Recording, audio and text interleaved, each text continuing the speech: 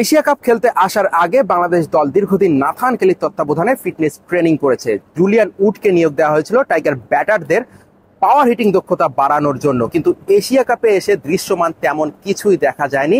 বাংলাদেশ প্রথম match Hong Kong এর বিপক্ষে জিতেছে, কিন্তু সেখানেও বাংলাদেশ দলের ব্যাটিং নিয়ে সমালোচনা আছে। ধীর গতির ব্যাটিং এ সমালোচিত বাংলাদেশ দল। দ্বিতীয় ম্যাচে শ্রীলঙ্কার বিপক্ষে হেরে কিন্তু এশিয়া কাপে টিকে থাকার স্বপ্ন অনেকটা কঠিন করে ফেলেছে বাংলাদেশ। আগামীকাল আফগানিস্তানের বিপক্ষে মাঠে নামবে।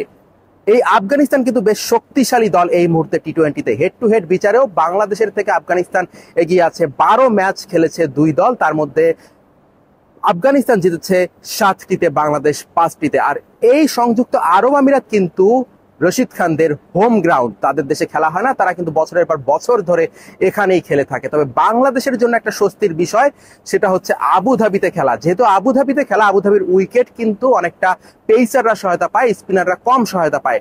আফগানিস্তানের ঝুলিতে বিশ্বমানের তারকা স্পিনাররা আছে।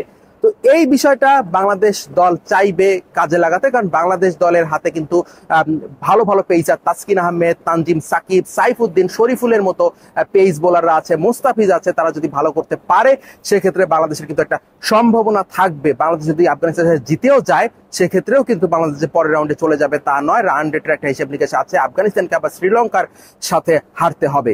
তো এই যখন অবস্থা, তখন যেটা সবাই বলছে, সাবেক ক্রিকেটার এবং বিশেষজ্ঞরা, যে বাংলাদেশ দলের ব্যাটারদের ব্যাটিং স্ট্রাইক রেট বাড়াতে হবে, ব্যাটসম্যানদের দায়িত্ব নিয়ে ব্যাট করতে হবে। গত ম্যাচে কিন্তু টপ অর্ডার ব্যাটাররা সবাই বিলো 100 স্ট্রাইক রেটের নিচে ব্যাট করেছে, যেটা টি-20-তে বড্ড বেমানান।